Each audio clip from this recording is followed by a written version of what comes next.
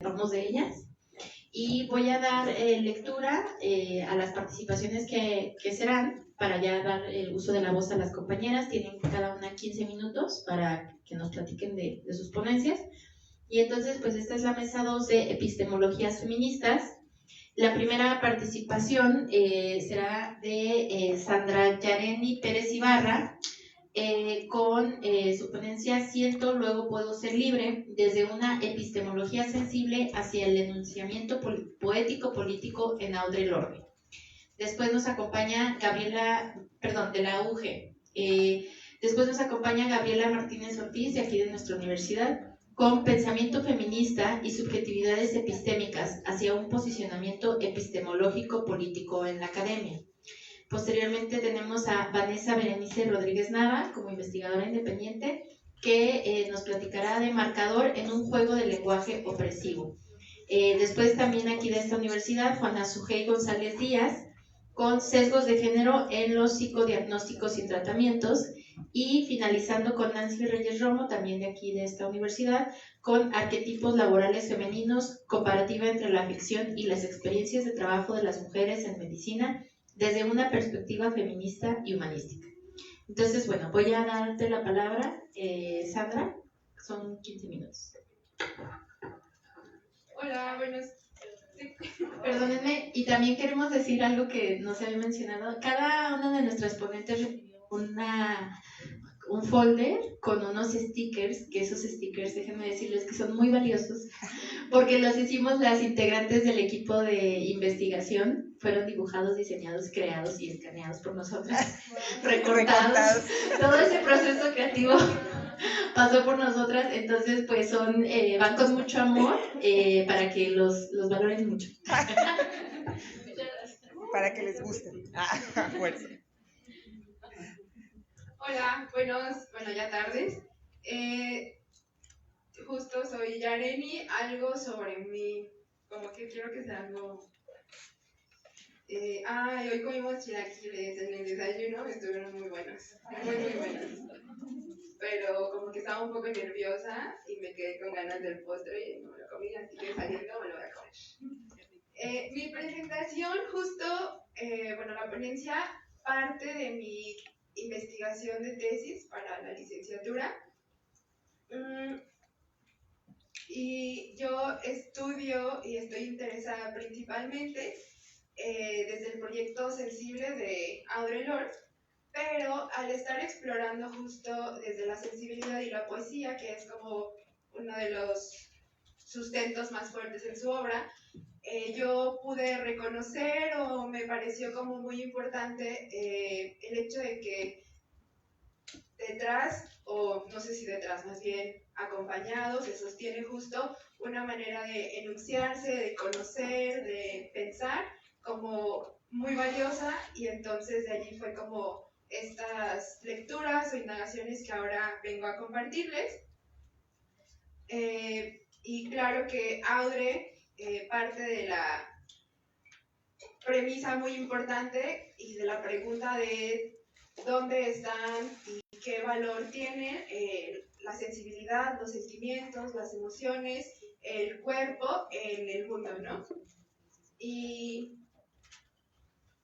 entonces, pues lo reconoce la reflexión, la palabra, la escritura de Audre es muy intensa, a mí me parece, porque justamente está enunciada desde un lugar distinto a precisamente aquello que cuestiona. Y entonces cuestiona, evidentemente, en sus textos podemos encontrar que se pregunta, identifica esta racionalidad patriarcal, racista, homofóbica y de clase, obviamente, como uno de los principales problemas que arremeten justo contra la vivencia de el cuerpo sensible o el cuerpo emocional.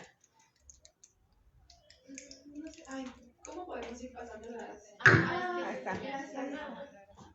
¿Hacia dónde señalo? Entonces, pues esta conversación creo que a mí también me gustaría mucho que fuera como a manera de conversar. parte con esta cita que a mí me parece increíble. Nuestros sentimientos no estaban llamados a sobrevivir en una estructura de vida definida por el beneficio, por el poder lineal y por la deshumanización institucionalizada.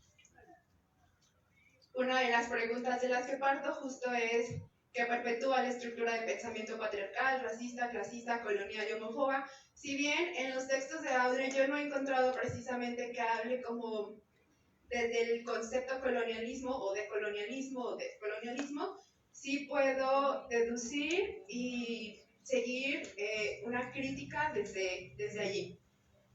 Precisamente porque trae a cuenta una de sus identidades como más importantes, justo tiene tradición africana, tradición caribeña. Ella viene de una familia de origen, bueno, parte de Granada, en el Caribe. Migraron hacia Estados Unidos, hacia Nueva York, y entonces estas maneras de estar en el mundo, de conocer, de la memoria, tienen una importancia como fundamental en la forma en cómo estructura su escritura y su sentipensar. Entonces, siguiendo nuevamente con la pregunta, yo he encontrado en sus textos que justo es la racionalidad como mecanismo de dominación, y a mí me funcionan como estos tres conceptos de los que se basa justo la racionalidad, como la abstracción,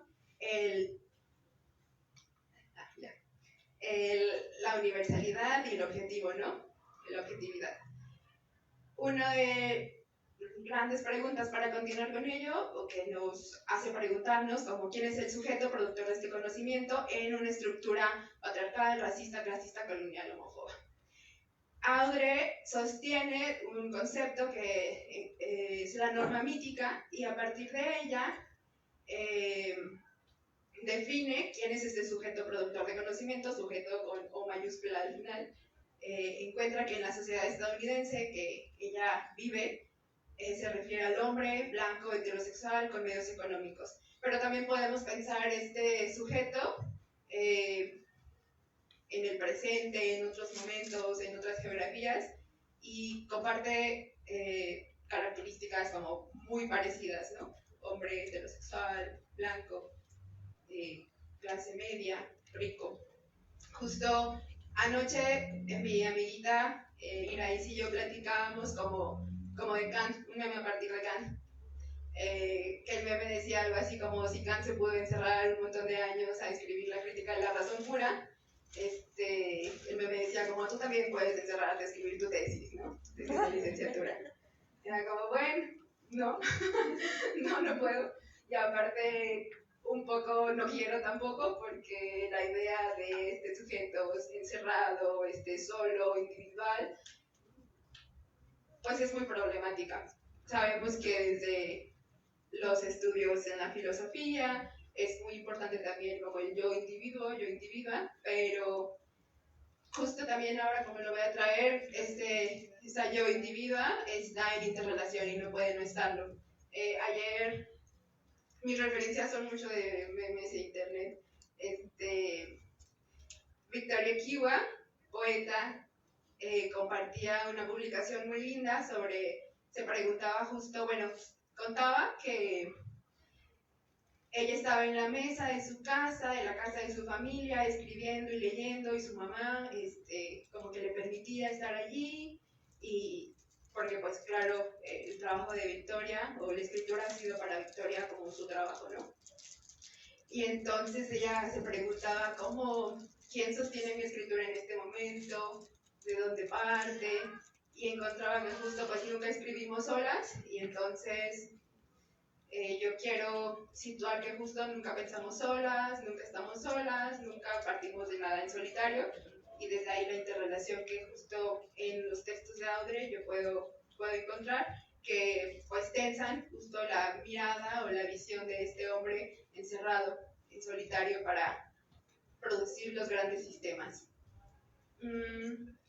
Justo en tensión frente a este hombre, desde esta crítica a la racionalidad, aquello en términos demasiado opuestos y binarios, la irracionalidad he encontrado que Se han descrito las corporalidades feminizadas, racializadas, empobrecidas, infantilizadas, no humanas, no eurocéntricas, diversidad sexual. Ay, Dios. Entonces, lo irracional justo como sinónimo de aquello a donde nos ha llevado, o donde nos han hecho interpretar la emocionalidad o el sentimiento, la sensualidad. Bueno, entonces voy a hacer lo primero que ¿no? Y que precisamente Audre encarna muchas de las identidades que están desde este lugar de sujetas irracionales, sujetas emocionales, y que también desde este pensamiento eurocéntrico, de tradición eurocéntrica, patriarcal, racista, todo aquello emocional, del sentimiento, pues esa parte no solo de señalado como menor, es también negativo. Pues eso, Audre parte desde el ser una mujer negra, lesbiana, madre, poeta y guerrera, en el sentido de su obra no solo se centra en reconocer las estructuras del entramado de opresión, sino también qué se hace con ellas, qué ella puede hacer para justo transformarlas. Entonces, pues su pensamiento su sentipensamiento es hermoso. Y pues acá algo que también me gustaría señalar son su epistemología. Es una epistemología que parte de la sensibilidad totalmente. Y la sensibilidad es un lugar 100% espiritual. Y la sensibilidad es un precedente para la formulación de ideas que lleva al pensar. Y el pensar justamente es esta capacidad que nos lleva a la acción. Y evidentemente la acción para Audre es en términos transformadores de las estructuras que nos oprimen. Es importante justo el lugar situado, desde las identidades que ella habita, y que también decir identidades en un sentido dinámico, no en un sentido estático. Acá un poco tenía poemas, pero algo muy importante para la mira del pensar en Lore es partir justo de las diferencias, de donde ella comprende las diferencias, porque entonces en el proyecto de Audre no hay una lógica o una operación de desecho de la razón o del pensar racional y instaurar de alguna manera como el campo 100% emocional, sino que Audre ya no está partiendo justo de esa lógica y sin embargo ya le interesa mucho la dimensión sensible, pero su pensar, vuelvo a que está atravesado por el sentir y el pensar desde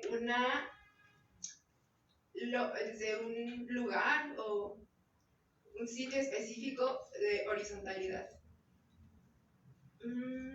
Bueno, no hay conocimiento abstracto, obviamente, todo conocimiento es situado. La razón y las emociones no son dos procesos opuestos y existen justo en interdependencia. El sentir es una potencia súper, como viene de un lugar profundo, viene de un lugar muy, ella lo nombra como vetusto porque proviene de una tradición no occidental.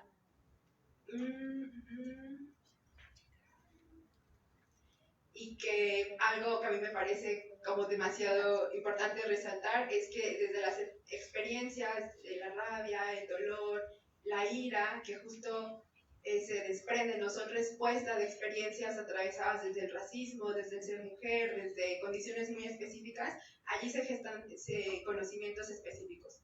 Y son muy valiosos como el reconocerle, y entonces también no solo en esta potencia que hablaba de la guerrera, de la imagen como guerrera, o de la identidad guerrera, una de las apuestas demasiado geniales para mí en Lorde es que hay una potencia en lo erótico como fuente de poder sensible y una fuerza, no entendido precisamente como erótico sexual, sino erótico de la vida. Y entonces yo he hecho un poco de diálogo con autoras como Bell Hooks, que justo el amor es una apuesta importante para la revolución o la transformación. Para Audre en este momento sería lo erótico. Bueno, sobre los sentimientos, no sé,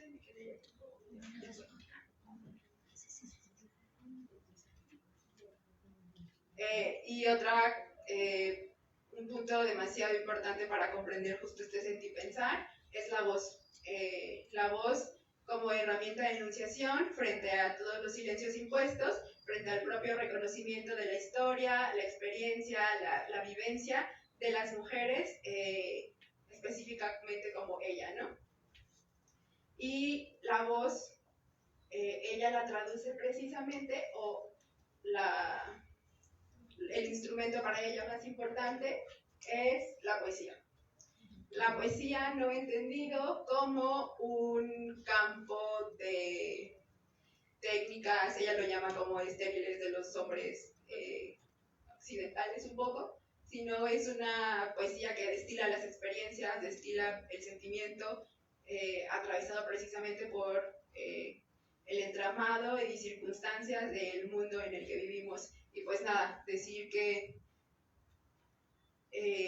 la premisa más importante en su obra es que el sentimiento y la emocionalidad son la fuente más poderosa para la libertad. Muchas gracias por su escucha.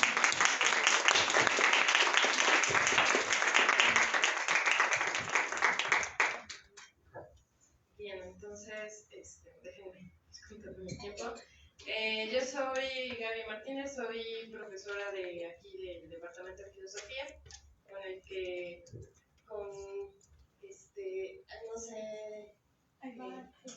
ok. Que creo que me va a hacer un poco para atrás, vamos para ver la mía. Y ya si me atraso un poco en la presentación, pues espero que se entienda entonces un poco lo que les quiero compartir. Igual y voy comenzando. Y bueno, mi reflexión va sobre, estoy trabajando esto, es algo que estoy tratando de ir definiendo y ampliar el concepto y el planteamiento. Entonces, pues es un trabajo inacabado.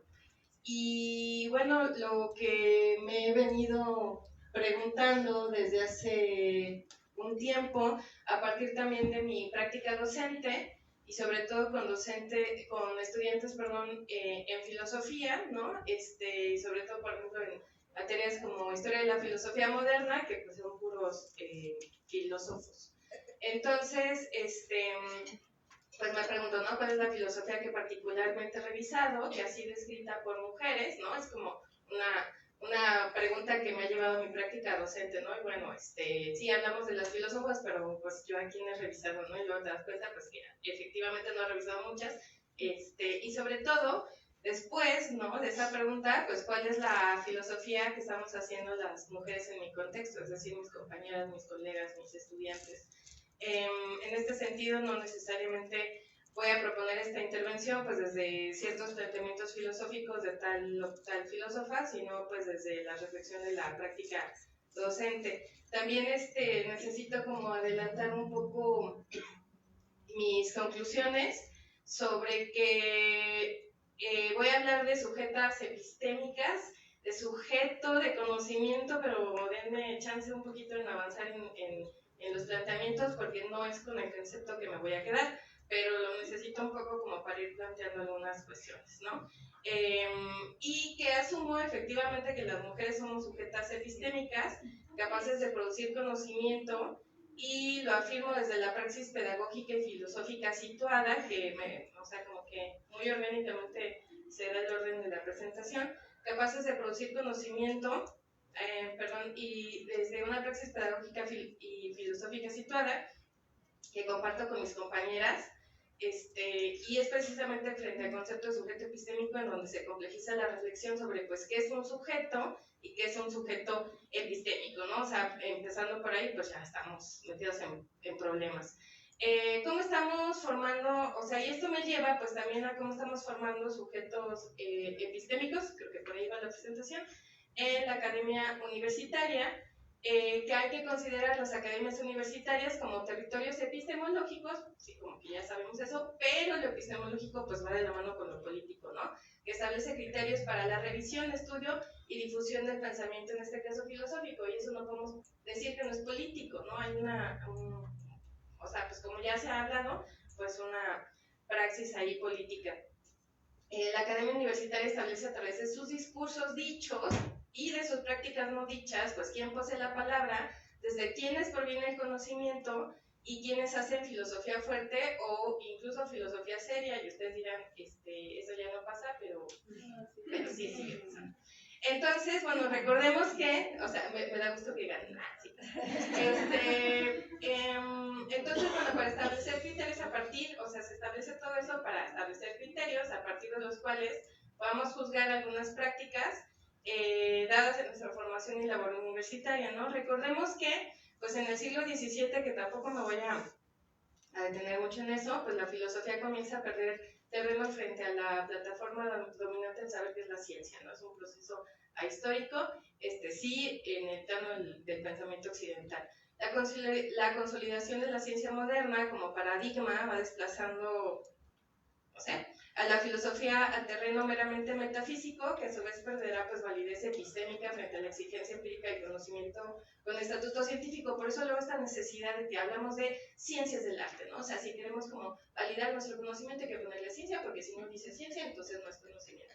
Ahí también estamos en un problema. Pero bueno, la filosofía misma se ha cientificado más allá de su metodología, es decir, o sea, como que, de hecho, algunas posturas filosóficas van a decir que la teoría de la filosofía pues es dar el fundamento a la ciencia, ¿no?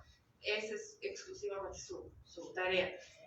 Sin embargo, pues sí se ha cientificado la filosofía en su metodología, sus criterios epistemológicos, históricos y discursivos, pero también en la práctica pedagógica, que es lo que he estado pensando, pues, ¿no? Los criterios son establecidos desde un punto de vista positivista, que establecen criterios objetivos, por ejemplo, para la selección de materias, ¿no? ¿Cuáles son las materias que se necesitan? Contenidos, o sea, ya una vez que establecimos que hay que dar historia de la filosofía moderna, pues a quiénes, o sea, qué temas y qué filósofos se deben revisar. Pero, pues, esto es bien preocupante, que además pareciera que a veces hay un criterio para estimular, desarrollar y empujar subjetividades particulares que muestran un perfil más adecuado para hacer filosofía. Eso a lo mejor lo digo yo, que crecí en los 90s y me formé en los 2000s, ¿no? Pero pareciera que hay perfiles, así lo voy a dejar, que son mejores para hacer filosofía. Entonces, bueno, pues esto nos lleva, pues, ¿qué estamos entendiendo por objetividad, no? Y para poder delimitar lo que ha implicado, implica posicionarse como sujeto epistémico desde el agenciamiento subjetivo frente a la generación de conocimiento, pues hay que repensar lo que es la objetividad.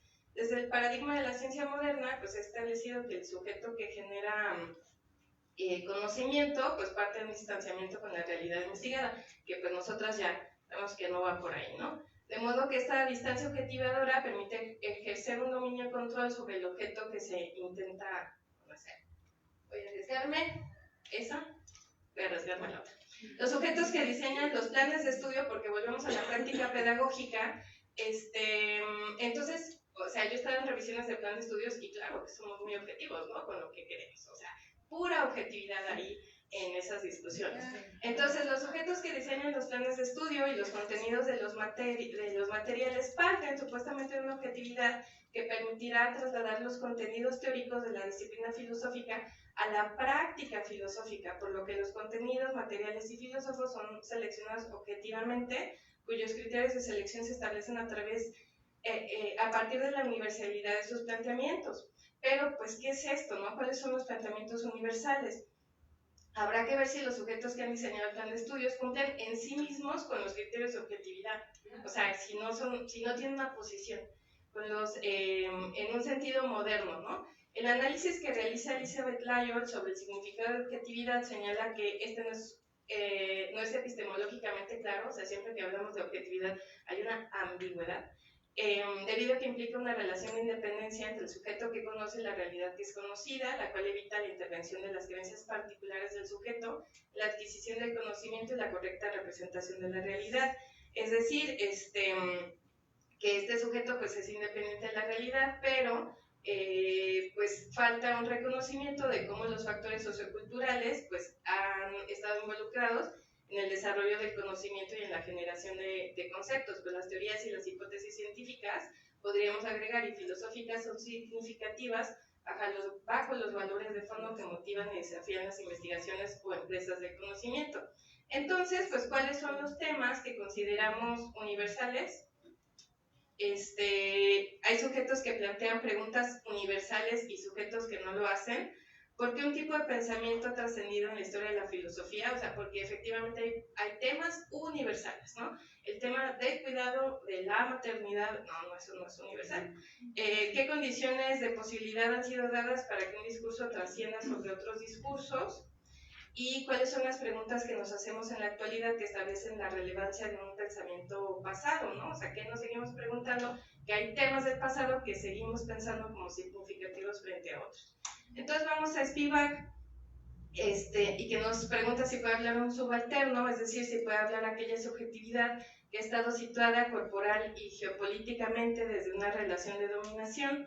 ¿Acaso puede filosofar quien ha estado al margen del discurso hegemónico? Braidotti nos señala que desde Occidente la relación entre pensar y ser puede definirse como falogocentrista, es decir, que el sujeto es el sujeto pensante, trascendental, kantiano y moderno, que genera conocimiento, está definido por una masculinidad abstracta, es decir, una subjetividad masculina desde la que se ha definido la objetividad. Y entonces ahí pues pensamos en Haraway, pensamos en Fanon, y nos dice que la objetividad para Fanon, por ejemplo, sería una deshonestidad, ¿no? Con la propia posición corporal y política de las y los oprimidos, que han experimentado las y los oprimidos, ¿no?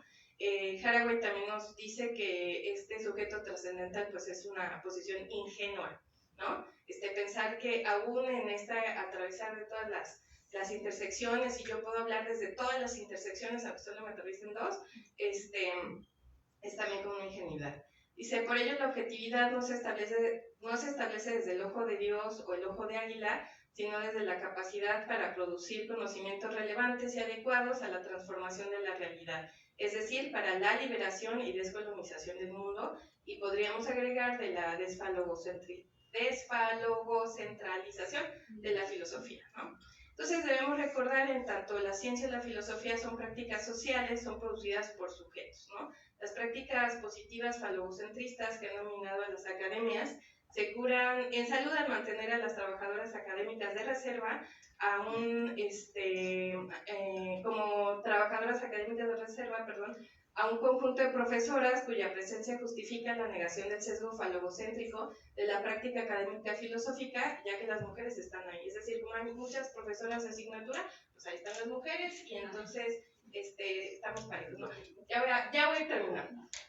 Pero, pues justo gracias a ellas, y no me voy a dar crédito a mí, sino a mis compañeras en general, pues podemos observar que esto se empieza a cuestionar y que también si hacemos otra revisión de la filosofía, otra revisión de los contenidos, pues sí es por ellas o por nosotras, ¿no?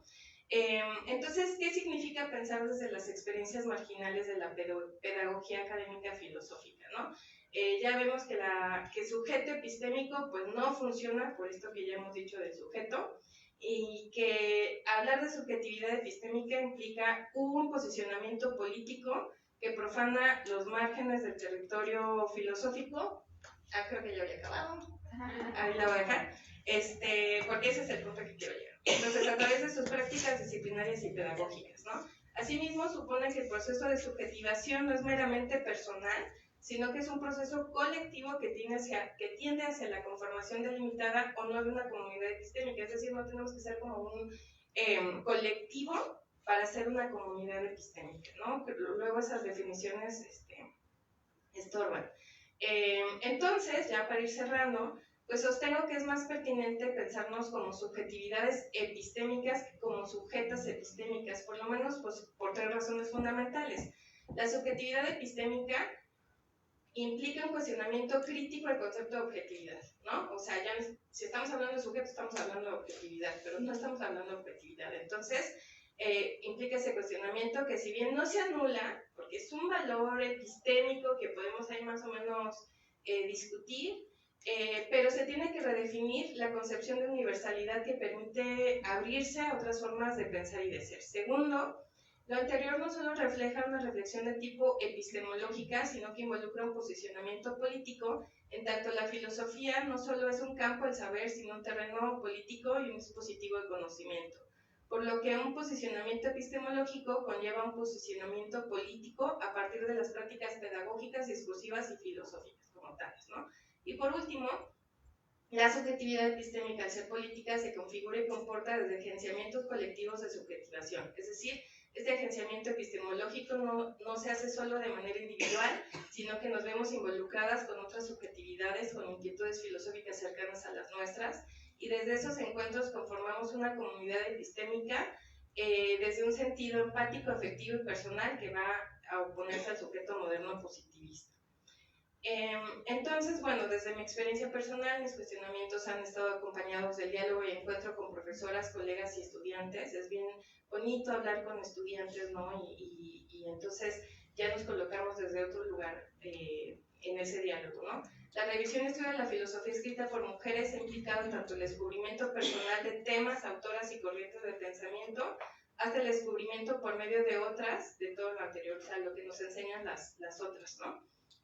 Pero me parece más importante todavía, al encontrarme con otras filósofas, el proceso de subjetivación epistémica ha estado dado por el reconocimiento del más puro y hermoso pensamiento filosófico, en la voz de mis colegas mujeres a través de sus prácticas pedagógicas, sus metodologías, sus ponencias, conferencias y textos, los diálogos del pasillo que muestran que la filosofía no solo se escribe, sino también se lleva a la praxis.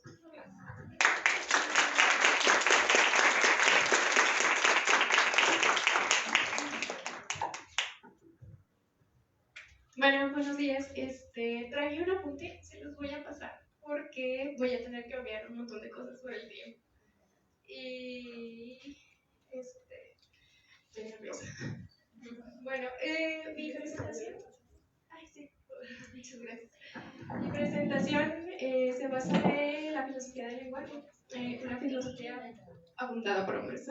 De hecho, la mayoría de los autores que voy a utilizar son hombres, pero quiero mostrar que sus herramientas tienen cierto brillo muy particular si uno los lee con una perspectiva feminista.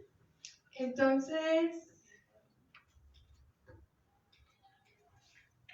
bueno, la tradición que voy a usar se centra en el hecho de que el uso del lenguaje es como una especie de juego coordinado.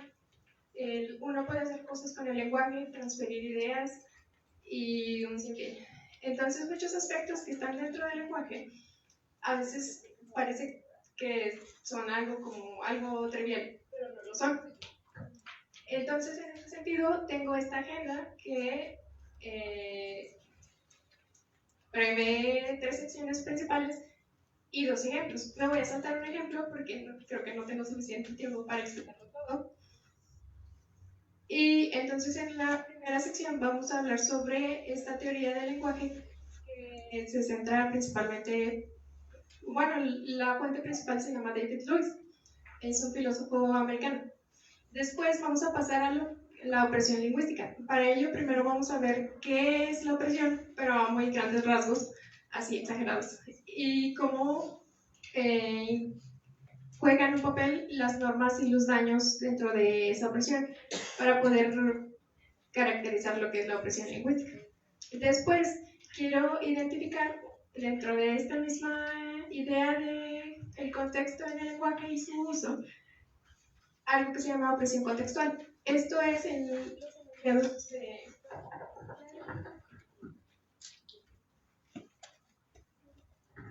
Bueno, a ver si se escucha un poco.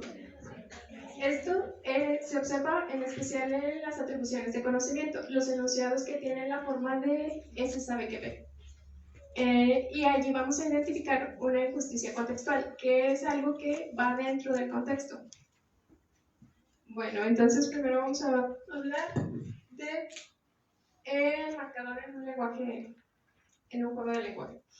La idea aquí central de David Lewis, que es el filósofo que desarrolla esta teoría, bueno, no es el único ni el primero, pero hay muchos, es muy influyente este señor, dice que uno puede ver las conversaciones o el desarrollo de una conversación como un juego de béisbol que se basa por reglas. Estas reglas son para explicar cómo las contribuciones de las hablantes son aceptables dentro de la conversación, no cómo deben ser, sino cómo son aceptables. Esto es basado en la idea de otro señor que se llama Paul Grice. Su principio de cooperación dice que las hablantes hacen contribuciones a las conversaciones como son requeridas en cada etapa.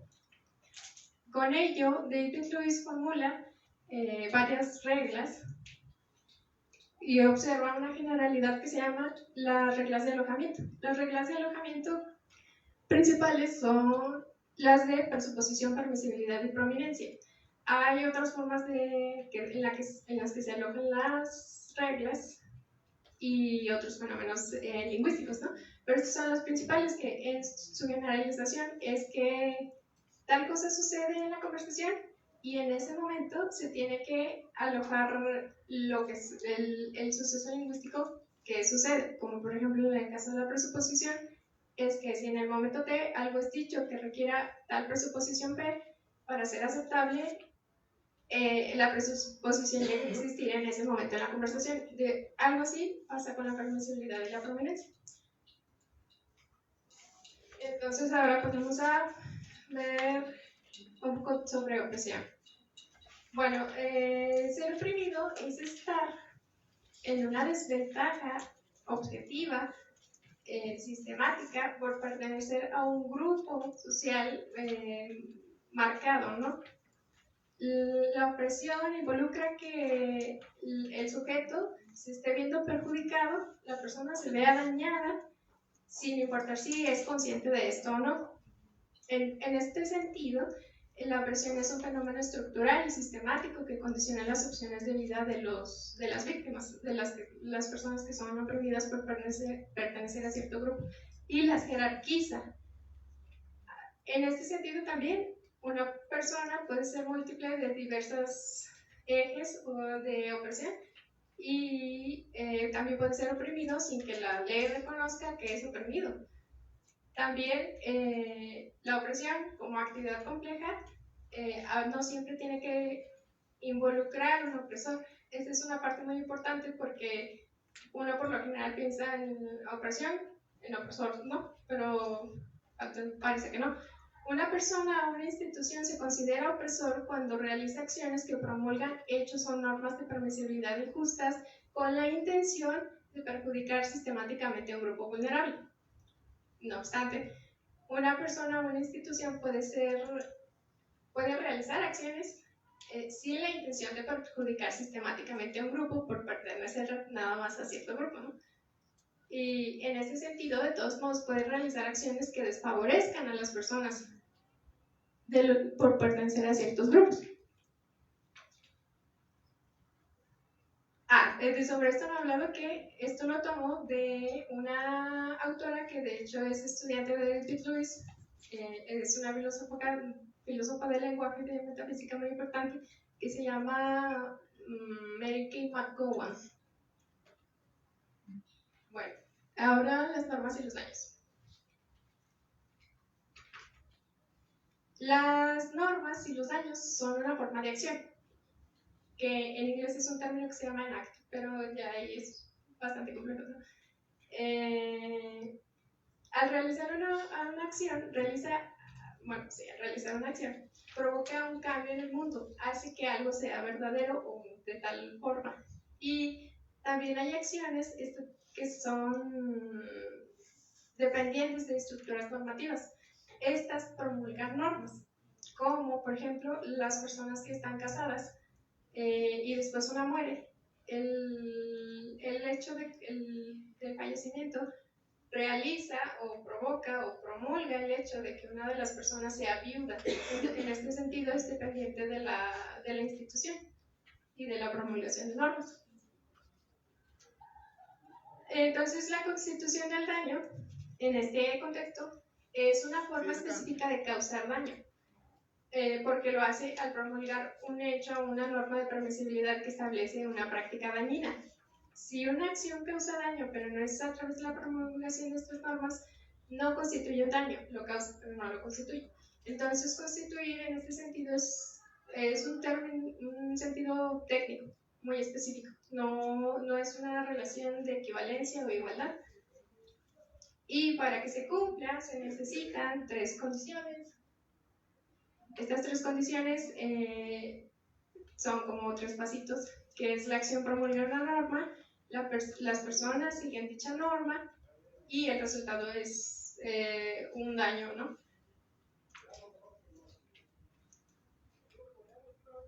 Bueno, la opresión lingüística. Entonces, ¿qué es, verdad? Ya con esto podemos ver que, como dijimos, bueno, como mencioné, que el discurso es una forma de realizar cosas o hacer cosas. El discurso entonces puede promulgar normas y al hacer cosas permisibles o impermisibles se realizan acciones. Y en este caso, cuando la emisión de un enunciado promulga una norma que perjudica a un grupo de personas vulnerables, esta emisión constituye un daño. Entonces, el habla, él sí puede constituir un daño o un acto de opresión.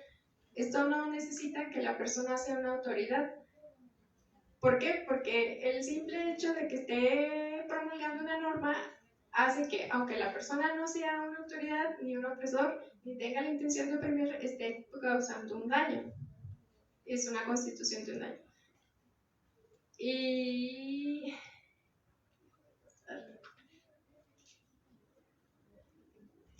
entonces, esto también puede pasar en las conversaciones. Como volviendo un poquito a lo que decía de Benedict Lewis, las hablantes hacen contribuciones al juego del lenguaje. Entonces, esto genera un cambio en el marcador de la conversación.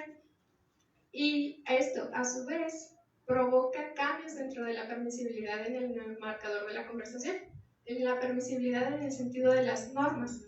Estas contribuciones promulgan un caso de las normas y al promulgar ese caso, es un caso de la estructura compleja de opresión. No es que sea una estructura gigante así como se supone que tiene que ser, ¿no? Sino que ya es un caso específico de... Y si estas normas que se promulgan como caso de son dañinas para un grupo específico, entonces este se considera un caso de opresión lingüística. Y pues este era el ejemplo. Los ejemplos no son bonitos, son bastante feos, pero creo que es algo que todas en algún punto hemos escuchado. Y entonces me va a pasar un súper rápido. Aquí está el ejemplo de cómo podemos ver el alojamiento de cada suceso lingüístico dentro del ejemplo. Y ahora podemos pasar a la opresión contextual.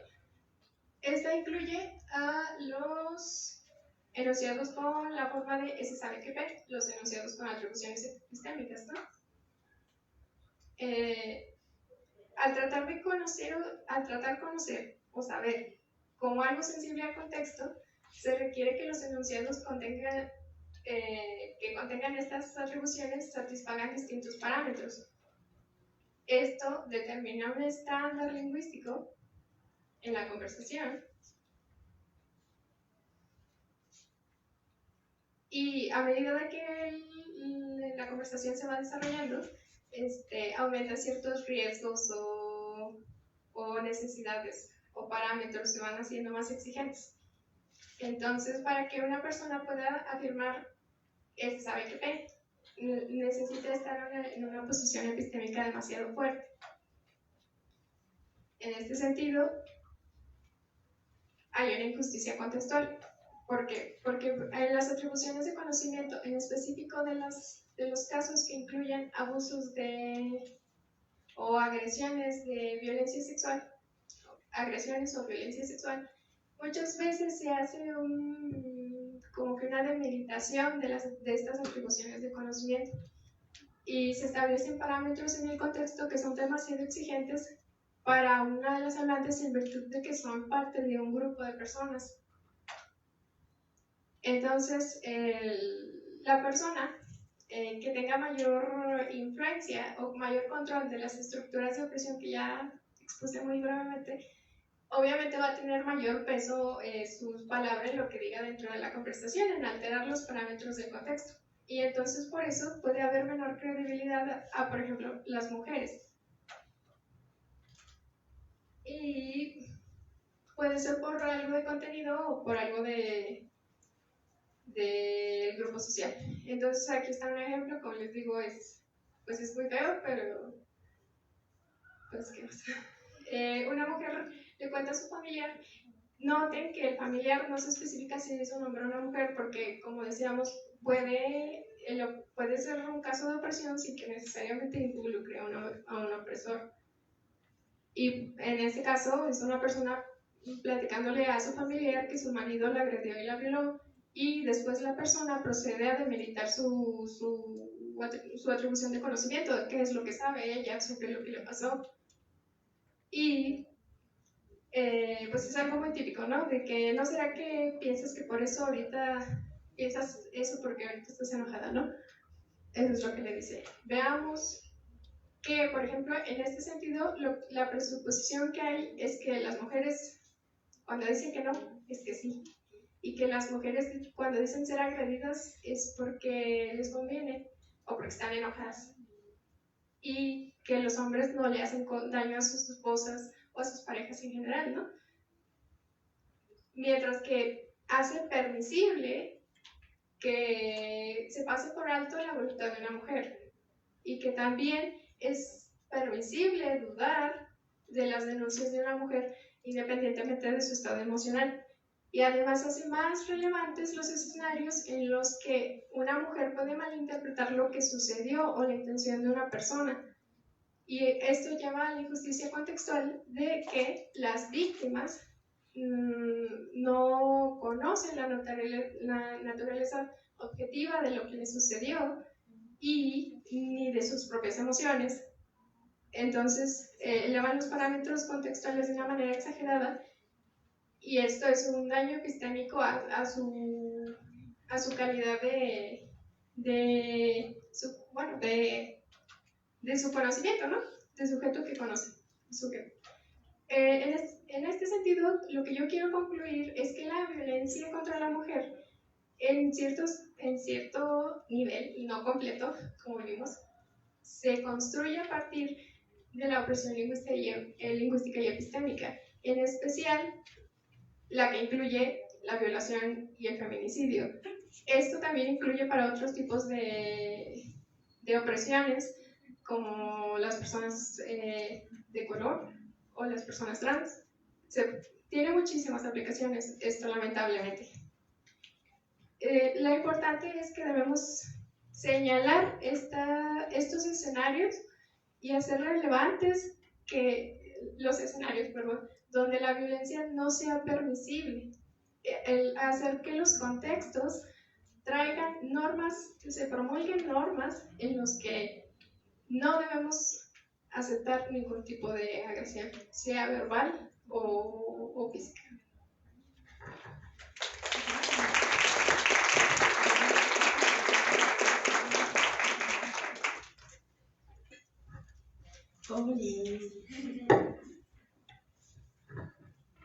Me voy a levantar porque yo no traigo acordeón y no voy a ver mi diapositiva desde aquí. Y debí haber traído ahora que lo pienso. Pero pues no.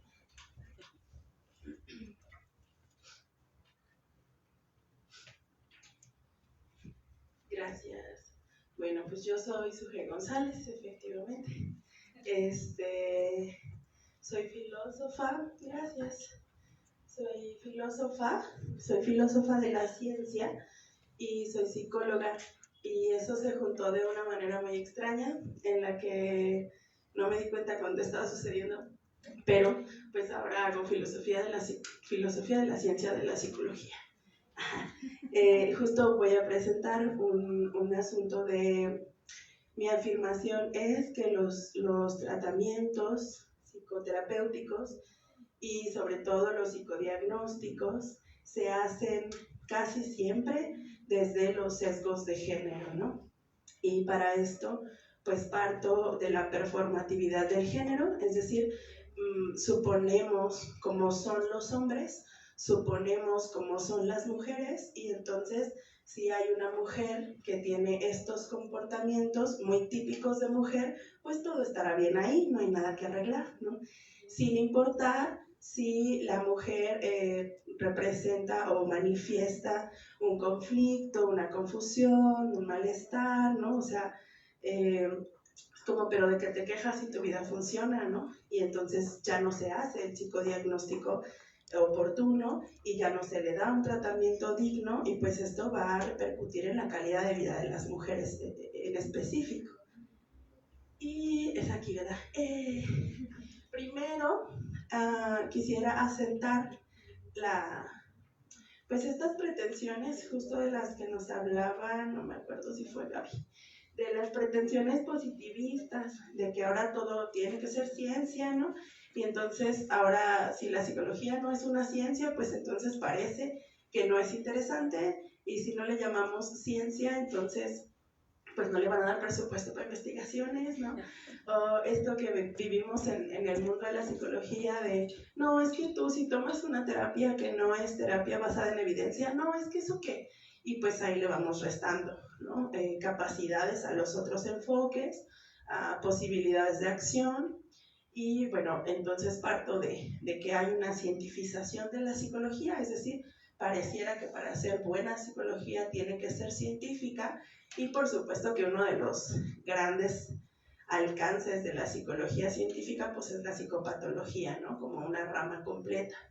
La psicopatología pretende establecer un estándar normal de cómo tendrían que ser las mentes, de cómo tendrían que ser los sujetos, y pues desde ese estándar normal es lo que a nosotros nos enseñan en las academias a entonces ir diagnosticando a partir de ahí. Tenemos sobre todo 2 manuales de diagnóstico, que es el DSM, vamos en la 5ª edición, que es el del 2013, es el de la APA, y pues es un manual de diagnósticos de enfermedades mentales, es un catálogo donde está muy loco porque todo el mundo encajamos ahí, ¿no? Entonces, en realidad, si todo el mundo somos una patología andando, pues ¿por qué categorizarlo como patología? Va, pero bueno.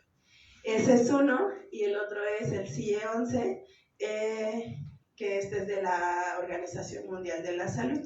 Entonces, a través de estos manuales, pues luego se van generando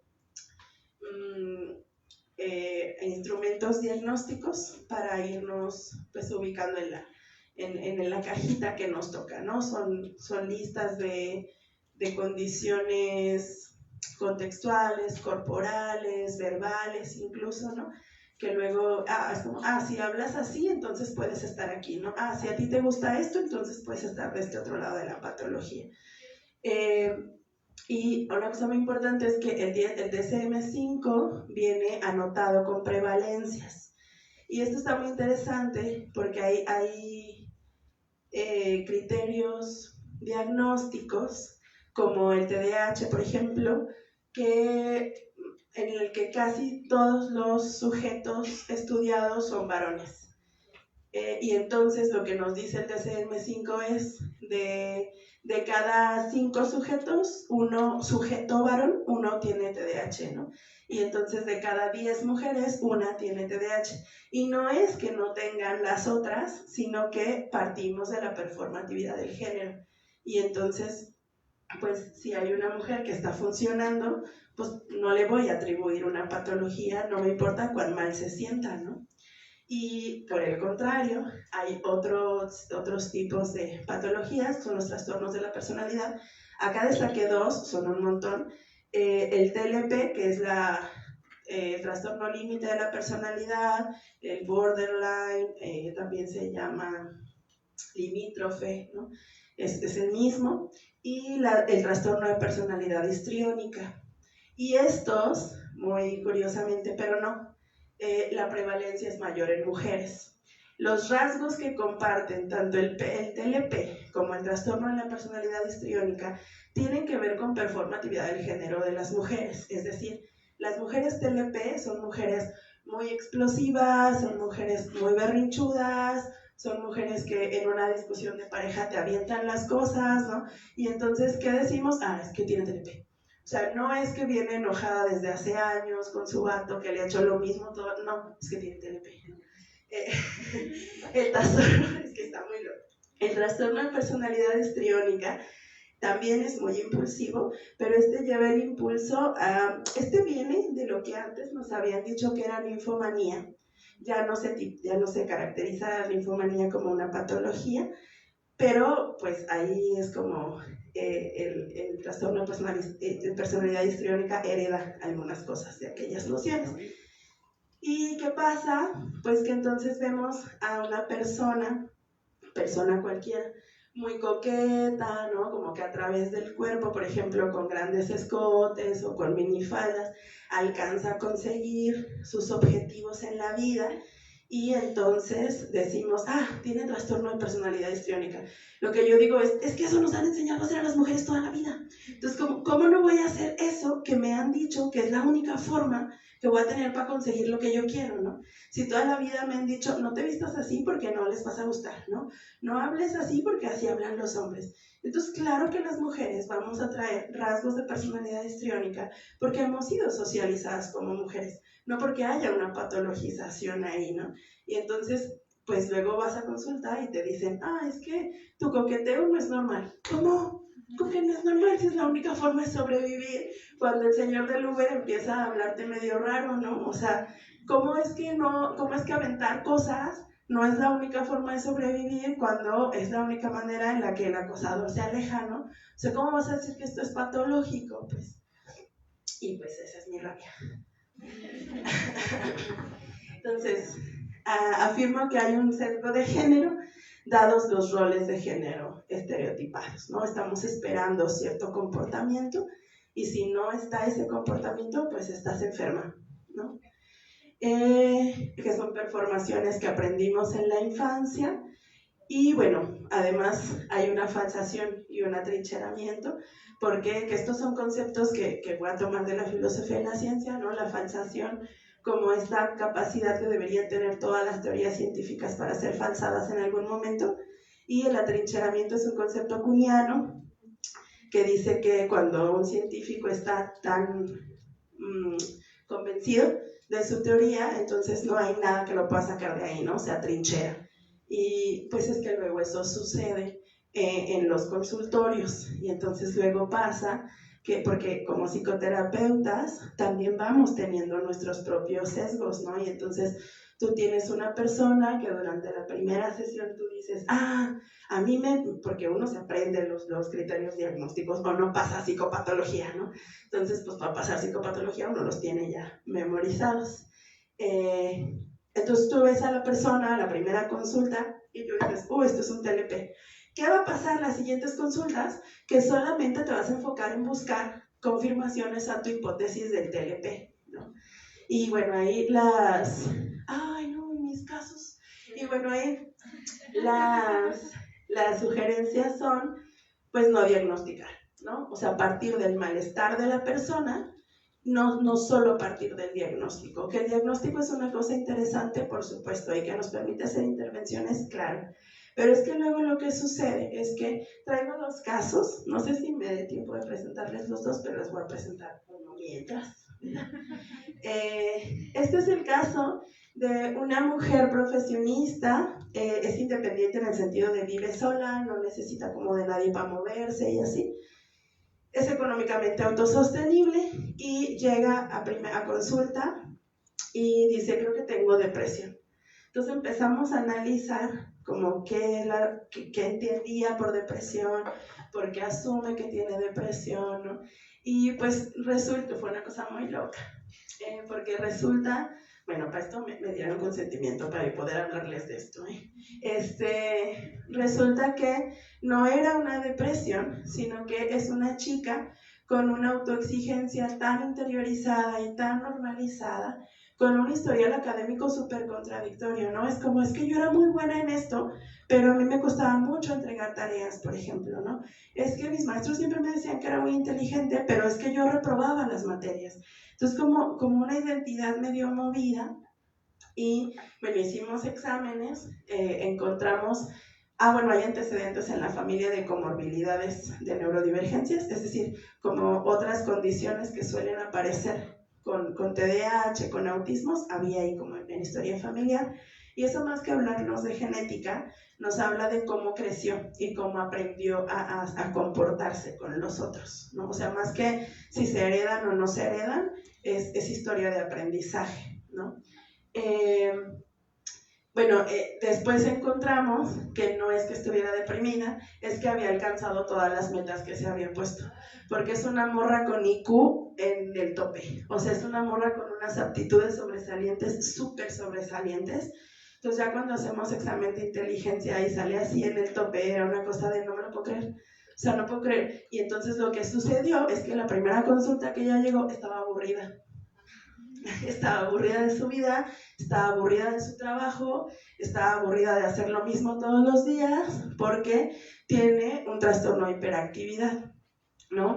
Tiene o sea, necesita estarse moviendo tanto, tenía ya 1 año en ese trabajo, es un trabajo en el que le iba muy bien, es un trabajo en el que ella estaba muy contenta, le ganaba buen varo, pero entonces ya no le representaba un reto. Y cuando ya no le representa un reto, ella dice, uy, algo anda mal conmigo, pues que se aburrió. Y entonces la patología no era una depresión, ¿no? La patología más bien en ese caso y en este otro también, lo que sucede, ella también tiene aptitudes sobresalientes y TDAH, y lo que sucede con ella es que es una chica con una hiperactividad científica, se anda moviéndose en círculos de investigación todo el tiempo y así. Y llega un punto en el que alcanzan el máximo, y en ese punto en el que alcanzan el máximo, entonces sienten que ya no sirven. Y esto viene de una idea de tengo que hacer cosas siempre, ¿no? Tengo que servir siempre. Yo estoy habituada a servir, y si no sirvo, y si ya no hago, y si no produzco, entonces es que me enfermé. Cuando en realidad es en ese momento cuando te das cuenta de toda la historia de una hiperactividad que ni siquiera les permite luego pues como darse cuenta de las otras cosas que se les estaban pasando, ¿no? Cosas como cuidados con el cuerpo, cosas como que luego se les olvida comer, cosas como las relaciones sociales, ¿no? Entonces la patología no está en el cuerpo, sino en la exigencia del ambiente que te dice, pero ¿por qué dejaste de hacer cosas? Pero ¿por qué ya no vienes feliz al trabajo? No vengo feliz porque no tengo nada más que aprender, y yo para ser feliz necesito aprender, ¿no? Pero no es una patología acá interna, no es un mal fisiológico, sino lo que la sociedad está esperando constantemente, ¿no?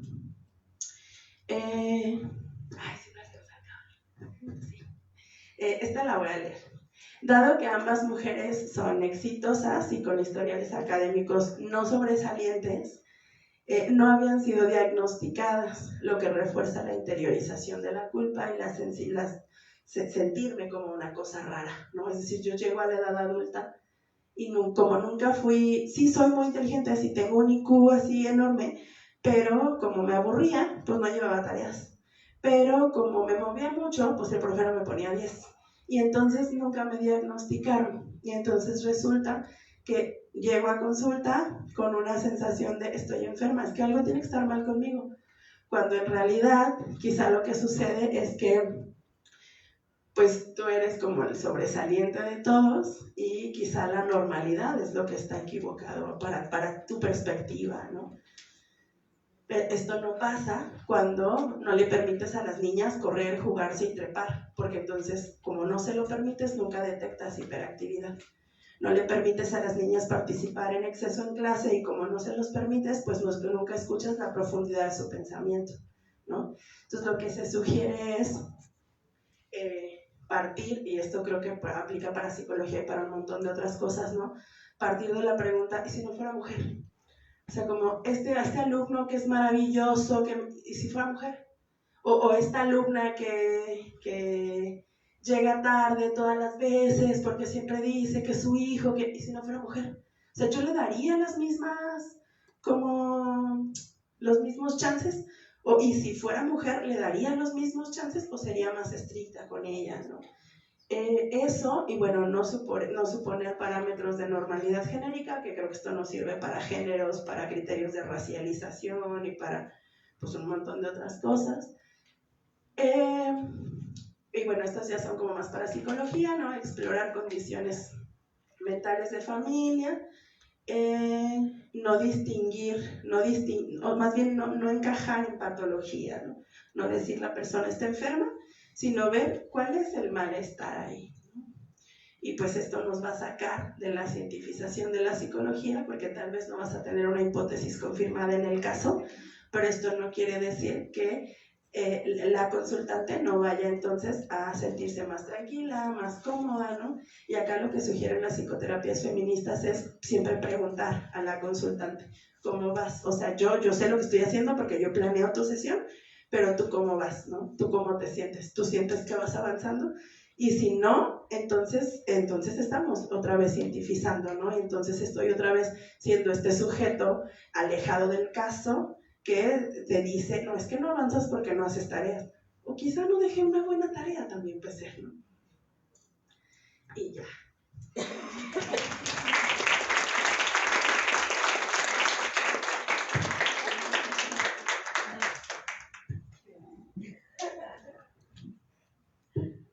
Bueno, no sé cómo seguir después de eso. Estoy muy concentrada en tu tema, Sofía, perdón.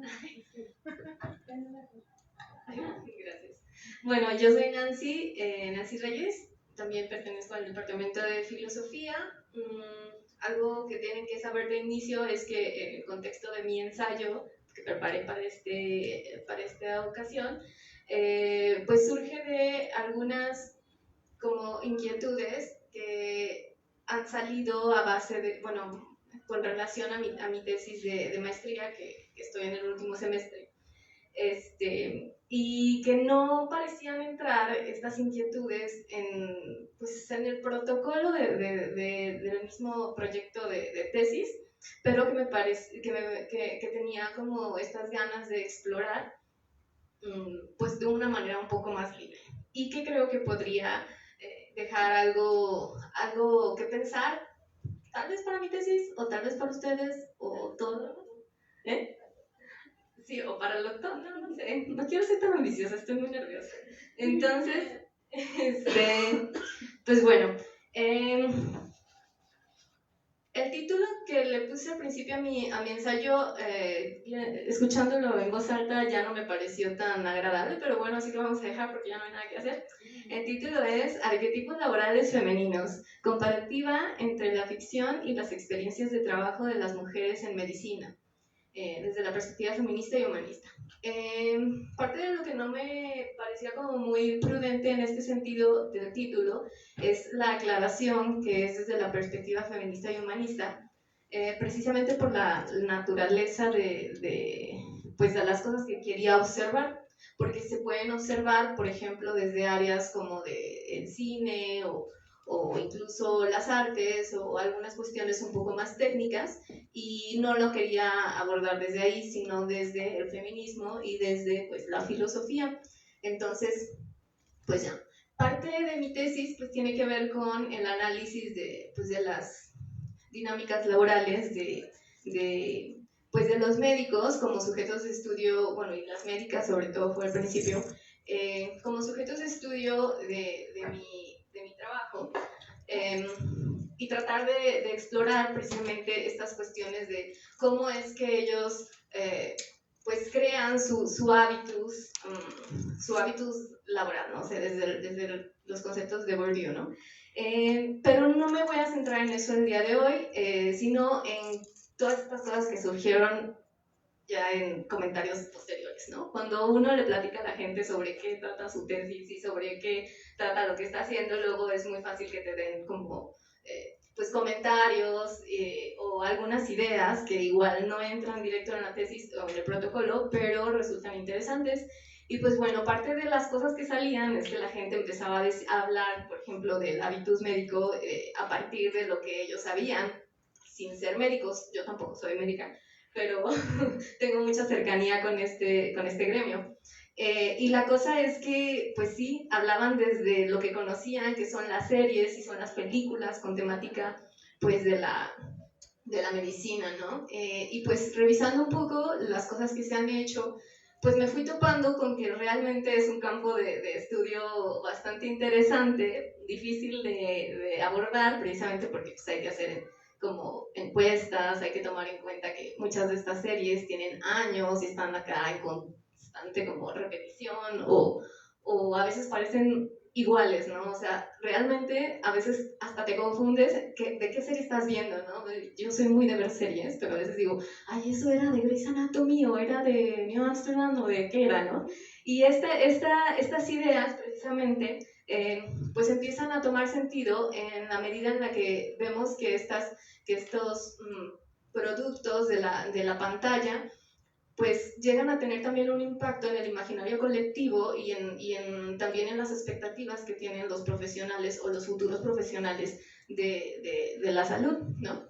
Es decir, una persona joven, una chica, un chico, un chique, podría estar viendo estas películas, estas series, con la intención de, como que le gustaría tener ese trabajo o ese estilo de vida y empieza a plasmarse en su idea, más bien en sus expectativas de vida, precisamente llegar a ser algo parecido, ¿no? Y a eso voy con los arquetipos. Entonces, hice un resumen de todo lo que estaba trabajando porque, pues, a final de cuentas les digo, uno se puede perder en estas ideas. Así que procederé a leerlo rápidamente y con la intención de, pues, generar también reflexión sobre los contenidos, pues, los contenidos que nosotros, pues, miramos en la tele o en cualquier lado, ¿verdad? Bueno, este ensayo tiene entonces como propósito analizar la construcción, la perpetuación y el desafío de los arquetipos femeninos en la medicina a través de la ficción televisiva.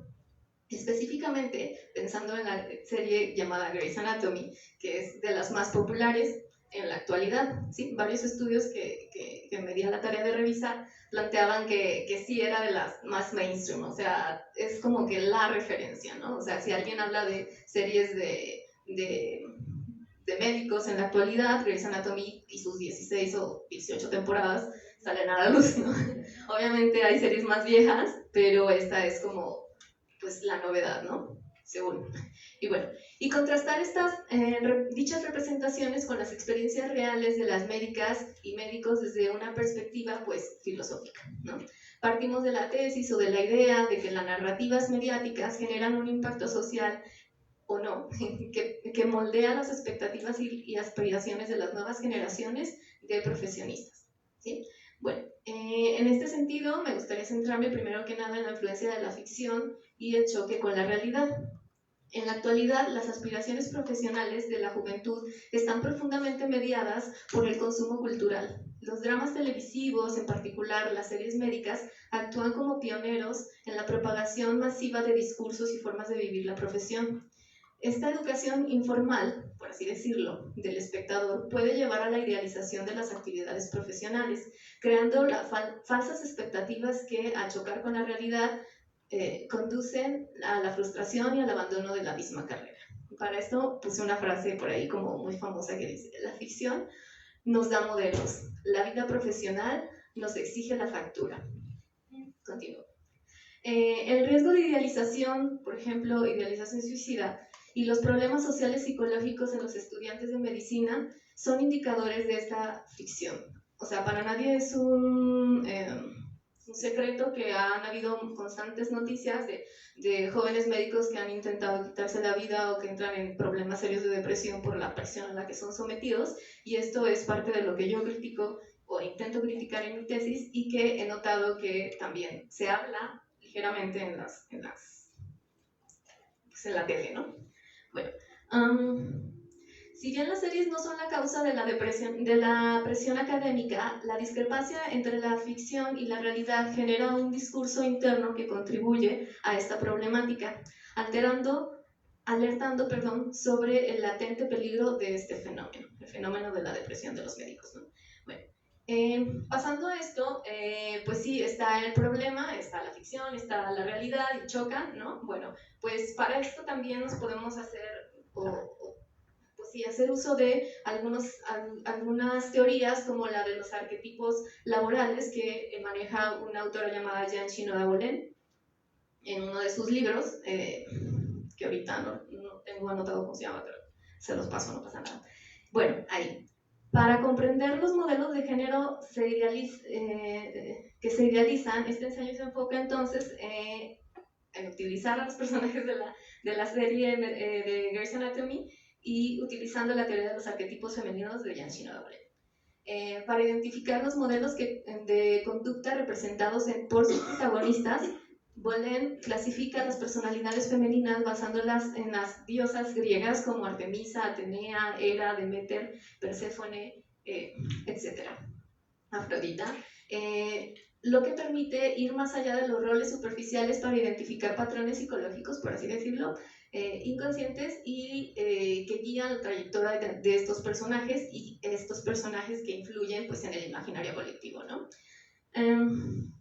Al aplicar este lente a las protagonistas, específicamente a las protagonistas de la serie, pues por ejemplo tenemos a Meredith Grey, a Christina Yang, a Miranda Bailey, entre otras, seguramente alguien ha visto al menos un capítulo por ahí.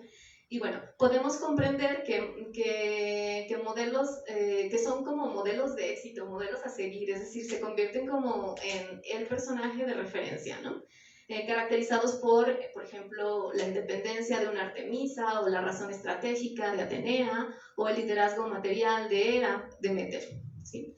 Se están presentando como aspiraciones a las estudiantes y esto es crucial explorar cómo estas figuras ficticias controladas por los medios de entretenimiento y no por el sistema educativo, llegan a encarnar y a combinar arquetipos influyentes, creando un imaginario potente que pues de hecho influye en las trayectorias de estas nuevas generaciones. Es decir, ya estamos más expuestos nosotros y las estudiantes pues a estos modelos en redes sociales, en la tele, o sea, están en todos lados, es imposible escapar de ellos. Y bueno, obviamente el pensamiento crítico es crucial para esto, pero pues bueno, lo doy un poco por hecho, ¿no? Bueno, la comparativa busca identificar las discrepancias y similitudes entre lo que la serie presenta y lo que la investigación revela sobre la realidad de las mujeres en este campo de trabajo. Este análisis crítico puede permitir comprender cómo las representaciones ficticias se cruzan con la realidad en los sistemas de opresión y los desafíos concretos tales como la brecha salarial de género, la discriminación, el acoso o el techo de cristal, temas que sí se tratan en las series, pero hasta hace relativamente poco eran o sea, no podíamos ver estas interseccionalidades, es decir, las situaciones que se presentaban ahí eran más que nada de observación hacia los pacientes, pero no hacia los médicos y cómo lo vivían. Es decir, se ve a los médicos como simples personajes divertidos, pero no se analiza o no se presentan las dificultades desde una perspectiva como más pues de eso, de profesión, ¿no? O sea, es difícil mirar las series, yo sé, estoy arruinando las series, pero yo no puedo evitarlo, yo constantemente veo las series para criticarlas, entonces pues ahí está. El ejercicio se fundamenta en las críticas contemporáneas a la filosofía feminista, por ejemplo, a la luz de la propuesta de Rita Segato, podemos entender que las pedagogías de la crueldad, por ejemplo, se cuestionan cómo la violencia estructural que deshumaniza y moldea al sujeto para el sistema se ha normalizado incluso en la pantalla, reforzando la idealización de la dureza. Por otro lado, con Silvia Federici en el patriarcado del salario, se analiza cómo el capitalismo oculta, por ejemplo, en relación con esto, el trabajo y de reproducción y de cuidado, y la ficción puede celebrar en este punto a la mujer profesional sin mostrar el costo oculto de su trabajo reproductivo y de cuidado, reforzando una doble jornada y que a final de cuentas, como nadie te lo cuenta, pues terminan metiéndose precisamente en estas carreras y pues se topan con una realidad bastante fuerte. También en las entrevistas que he hecho para el trabajo de la tesis, pues han salido ahí como que estas comparativas, estas inquietudes, y que muchas veces pues es un hecho que los estudiantes ven tele, ¿no? A veces por eso no hacen la tarea, pero son estas formas de entretenimiento las que a final de cuentas pues pueden dirigir un poco la mirada hacia ciertos temas. Bueno, finalmente también encontré algunas relaciones con la autora Nancy Fraser, mi tocaya, y su crítica al capitalismo. Por ejemplo, podríamos concluir que las problemáticas reales de las médicas, como el burnout, el acoso, son una manifestación de la crisis del sistema en que el hospital, como una institución, canibaliza la vida de los agentes para seguir funcionando, algo que la ficción rara vez muestra con profundidad. Finalmente, este ensayo pues busca eso, humanizar las complejidades y realidades de las mujeres en roles de alta exigencia profesional, aportando al diálogo crítico sobre cómo la cultura popular moldea nuestra comprensión del trabajo y cómo la filosofía feminista puede deconstruir estos imaginarios para impulsar la equidad y la justicia en el ámbito laboral. Sería todo.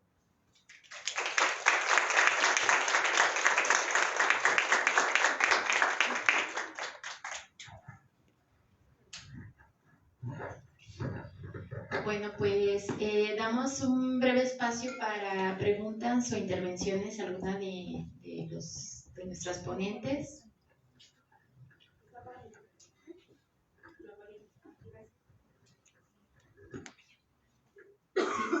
Sí, ahí va.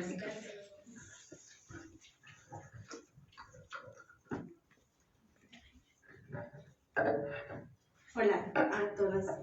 Bueno, no es una pregunta propiamente, es más bien, primero una felicitación por todas sus ponencias, a todas y a cada una, pero las estaba escuchando y trataba de tejer un hilo conductor entre unas y otras y pensaba, qué peculiar que el problema sigue siendo este sujeto moderno que los filósofos europeos diseñaron, ¿no? Racional, aislado, etc. Frente a una propuesta que viene justo de mujeres, que implica más bien procesos de subjetivación y subjetividades que están en un constante reconfigurarse a partir de esas relaciones entre nosotras, ¿no?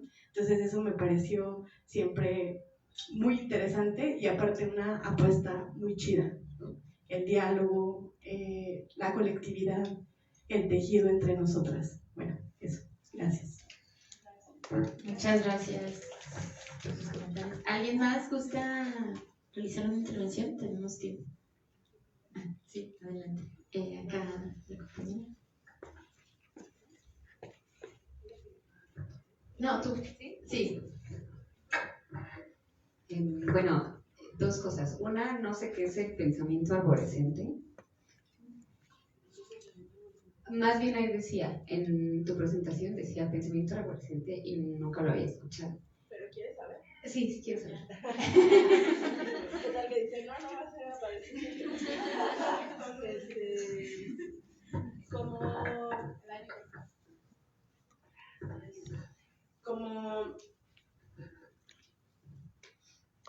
No tengo una manera de decirlo decentemente.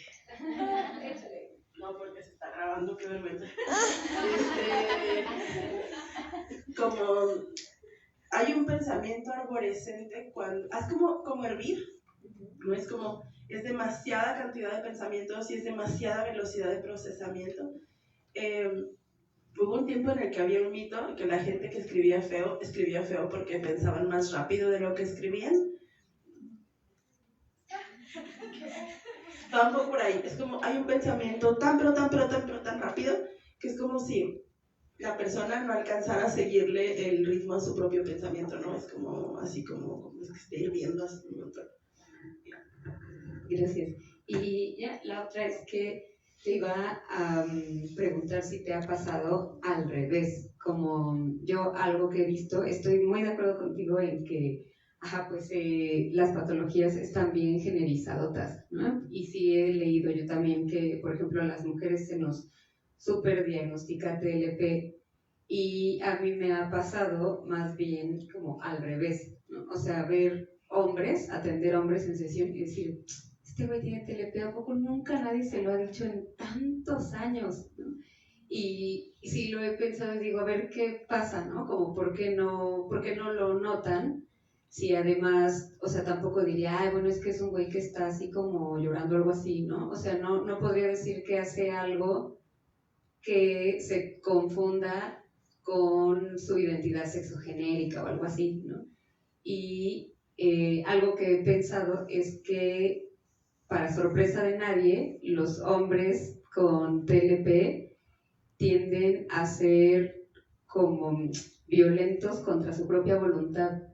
O sea, que veo que llegan a llorarme y a decir así como, no, es que yo no le quería gritar, es que yo no le quería pegar, es que yo no quería romper, pero como si he llegado a ver una desesperación así de, güey, sáquenme al chamuco de acá, ¿no?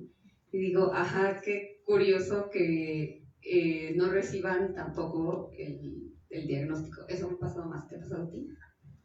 Sí, de hecho, creo que mi primer caso, que no fue mío, porque fue el que vi como en análisis de casos, cuando antes de que yo egresara con mi profe de análisis de casos. Sí, ese. Tuve ahí una discusión con él. Él es un buenazo, yo lo admiro un montón, lo quiero mucho, pero pues está sesgado también. Entonces yo recuerdo que tuvimos, él hace una dinámica de terapeuta grupal y conseguimos un paciente para nuestro análisis de casos. Éramos como 8 personas viendo al mismo paciente, ¿no?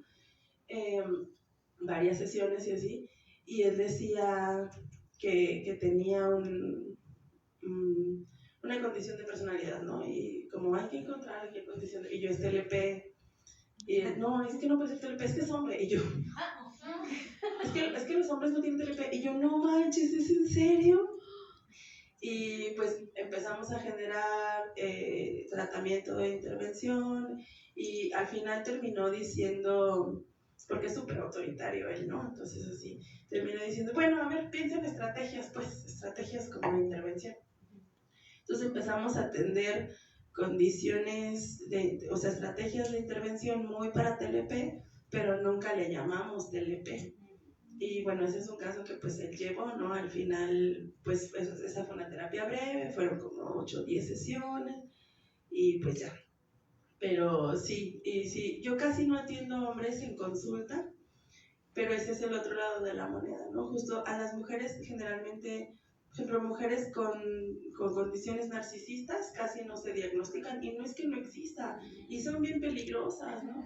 O mujeres con condiciones antisociales tampoco casi no se diagnostican. Hombres con TLP, y hombres con TLP justo sufren un montón. Yo casi no atiendo hombres. No sé si porque mi mercado ya se sesgó a las morras y yo estoy feliz ahí, o sea, no estamos una queja.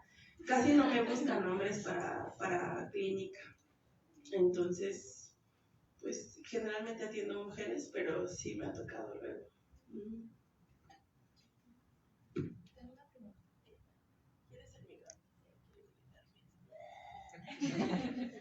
Te la voy a poner otra acá de este lado. Sí, yo tengo una pregunta para ti, Sofía. Respecto a eso de los diagnósticos. Yo pienso que justo en la psicología son espacios donde también se puede recibir mucho estas violencias, ¿no? O sea, a mí me pasó en algún momento que yo sentía que tenía depresión y una psicóloga con la que iba me decía como, no, tienes depresión. Pero en verdad yo me sentía muy mal, o sea, y como que entonces pues no recibí ese diagnóstico por la persona que me estaba atendiendo. Y entonces como que yo aquí pienso, como también en esos ejercicios de poder que se dan en esas consultas, ¿qué podríamos hacer? Perdón, soy muy preguntona, de que las pongo en encrucijadas. Sí. Como qué podría yo hacer, ¿no? Como una persona que a lo mejor piensa, siente que tiene algo, pero tampoco no encasillarme en que si leo un manual voy a pensar que soy todas. Pero justo como como descentralizar también ese poder que pues se da a otra persona de diagnosticarme, pero al mismo tiempo guiar como o sea, como que no caer ni en que no me diagnostiquen, pero ni en que me diagnostiquen de más. ¿Cómo podría yo hacerlo sintiendo a lo mejor algunos síntomas de alguna de estas patologías? Es que yo creo que luego hemos caído también en esto que pasaba durante la Edad Media con la Biblia. Como nadie leía el DSM. No, pues ahí está. O sea, pues sí. Y la neta es que tampoco es tan difícil de acceder, pues. Entonces, yo creo que una manera sí pudiera ser, digo, porque podemos hablar de creadores de contenido, y claro que hay creadores de contenido especializadas y especializados en lo que están diciendo, ¿no? Y TikTok o sea, tiene un algoritmo así preciosísimo, y claro que te va a llevar a personas que saben de lo que están hablando. Entonces, yo sí soy muy partidaria de que las consultantes investiguen por su cuenta, y sí, cuando ya me dicen, oye, creo que tengo depresión, partimos de por qué crees que tienes depresión, ¿no? ¿Qué entiendes por depresión?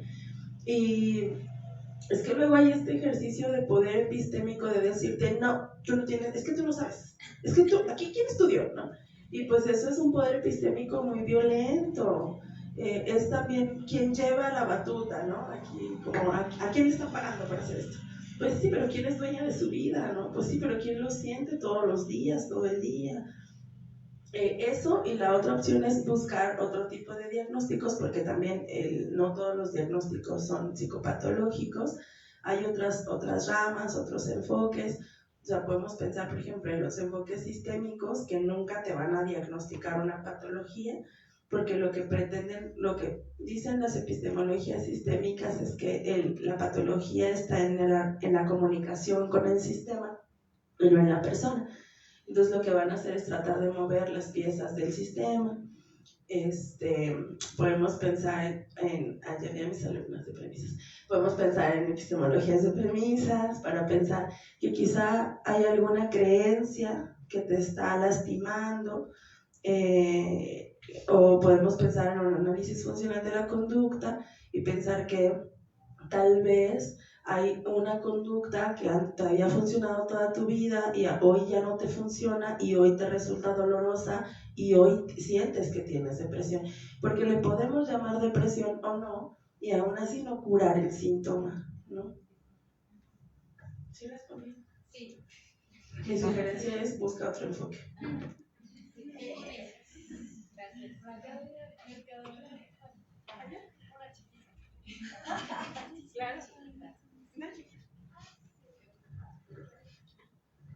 Perdón, es que sí estuvo bien interesante tu enfoque, pero la verdad es que, o sea, puede ser una pregunta también abierta a la mesa entera.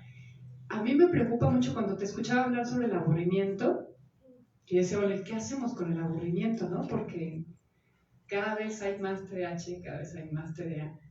O sea, estamos en una cultura ahorita del hiperdiagnóstico, y al mismo tiempo no podemos, o sea, ¿qué tanta apertura has encontrado tú? ¿Qué tanto consideras que abrir una perspectiva también social de todas las dimensiones, o sea, de cómo los trastornos no se viven solamente de manera personal, individual, sino que nos están afectando colectivamente, como sociedad?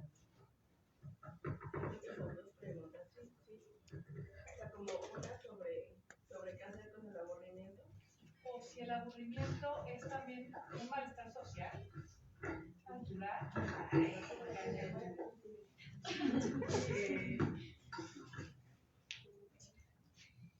Creo que depende de dónde se sitúe, ¿no? En esta consultante, les cuento, es que ese fue un caso muy lindo, porque yo no le dije, no estás deprimida, no estás aburrida, no, yo no le dije eso.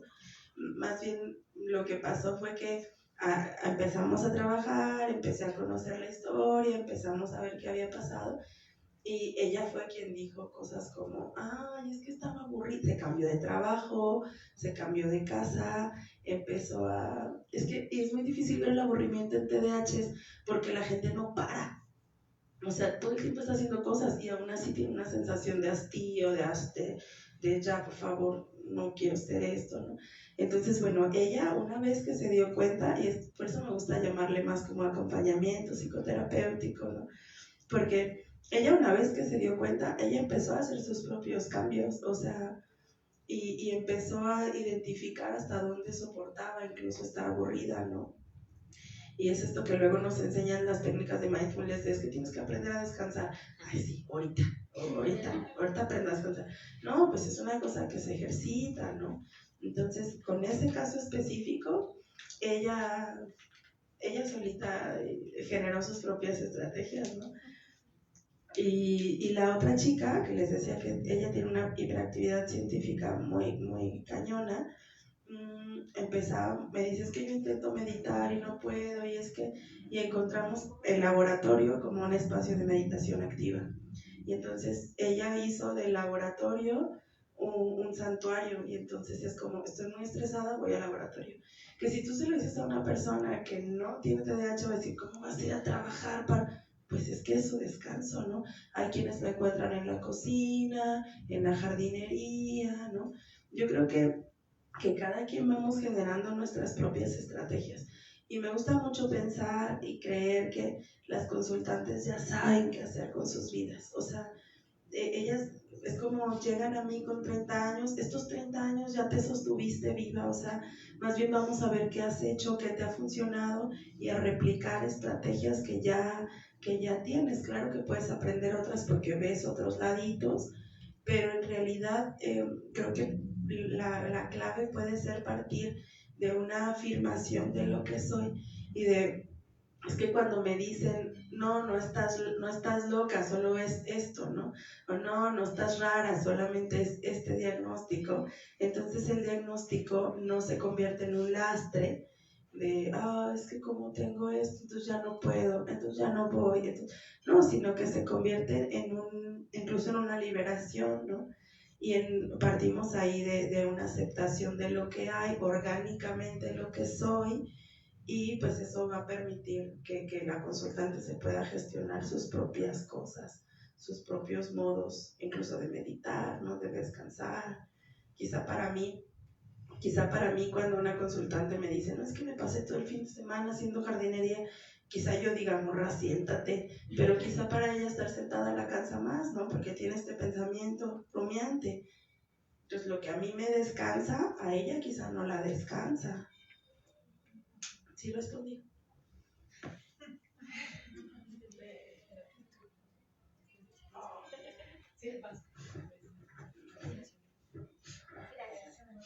Pues primero felicitarlas a todas, la verdad es que todas las ponencias fueron muy interesantes. Creo que en el caso de Sujei todas queremos preguntarte por qué nos vemos ahí, ¿sabes?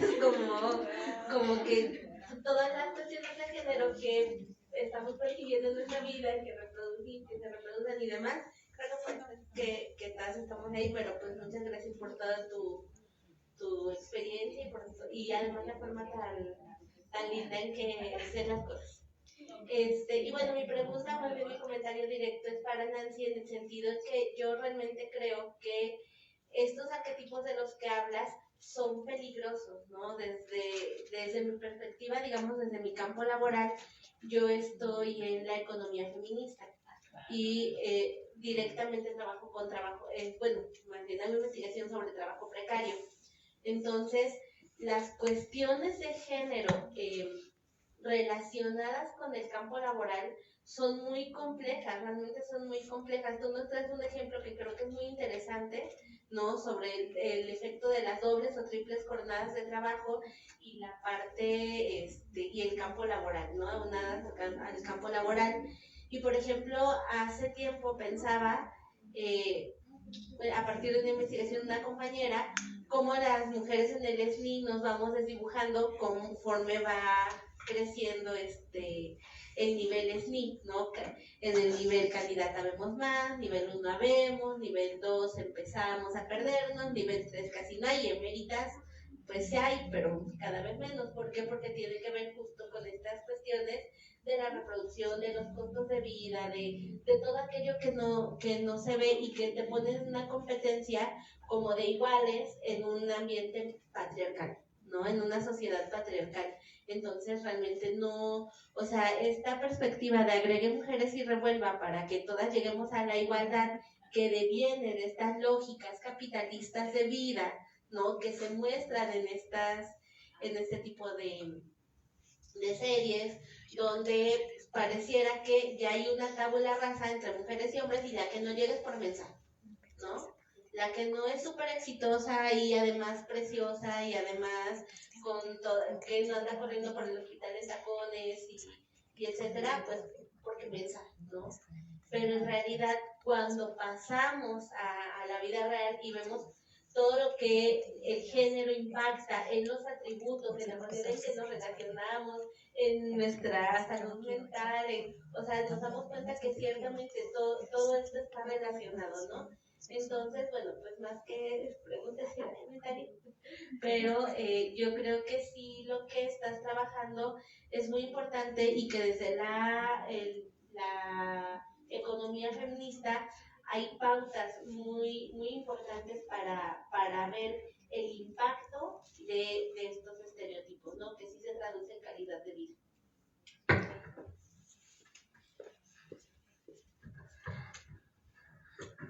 Perdón, ya sería la última. Tenemos aquí una participación, ¿verdad? Sí. Ya estamos ahí en el límite. Perdón, Eli, tomé la moderación. Gracias. Buenas tardes y muchas felicidades a todas y gracias. Bueno, es para la profe Sujei. Fíjese que pues ahorita que estoy empezando a estudiar psicología, precisamente me estaba dando cuenta como ahorita nos están aplicando muchas pruebas y nos están haciendo aplicar muchas pruebas en las que pues sí, como que a veces bueno, yo salgo así de las clases y con una crisis, ¿no? Estoy bien trastornada, en todo encajo. Pero, por ejemplo, la otra vez le comentaba a un profesor que, pues, que en las mujeres tenemos hormonas, tenemos cambios, o sea, hay ciclos que, pues, los hombres no viven de la misma forma que nosotras, las circunstancias, todo esto, ¿no? Como para encasillarnos así. Y, por ejemplo, el lunes nos hicieron una prueba de agresividad en la que salí muy elevada y el profe nos decía al principio que las mujeres suelen siempre salir muy bajas, pues porque nos dan esta crianza de que siempre tenemos a alguien que nos protege y todo esto, ¿no? Entonces le dije, y las que salimos muy elevadas, y así como, uy, peligro. Y me quedé yo pensando y le digo, a ver, profesor, es que, bueno, en cuanto a las preguntas que vienen en el test, no viene como para hombres o para mujeres, y pues obviamente que si yo estoy en una situación de riesgo voy a buscar la forma de defenderme, y que creo que es más probable que si un día camino a las 11 de la noche en la calle y me agredan a mí, o sea, siendo mujer, y no sé, si fuera hombre pues no sería tan probable. Entonces, como todo este marco, ¿dónde queda? O sea, ¿sí se analiza o porque como su así luego de, uy, peligro?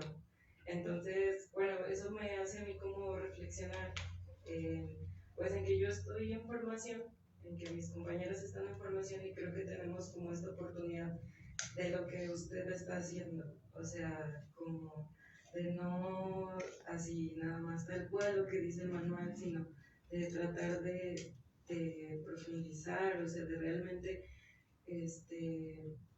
interesarnos por las personas a las que vamos a atender, porque pues obviamente que si yo voy a un consultorio y voy con alguien como ese profe, pues voy a salir así, ¿no? Como encasillada, sin más opciones, ¿no? Así, pero pues ese es comentario, pregunta, no sé qué sea, pero muchas gracias.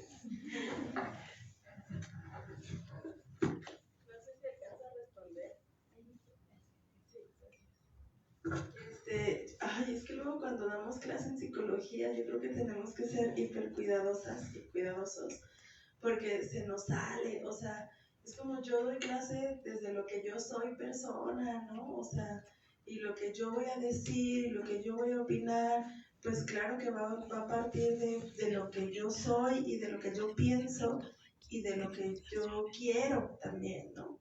Entonces, cuando te dice, ¡ay, qué miedo! Pues eso yo lo traduciría como, al profe le dan miedo a las mujeres agresivas, ¿no? A él, pues, ¿no? Eso, y que luego, sí, pues, mira, luego es bien útil cuando nos enseñan a hacer prácticas de entrevista y prácticas de pruebas, ¿no? Porque uno aprende la técnica, pero es que luego con la cientificación de la psicología pasa esto, que también se banaliza.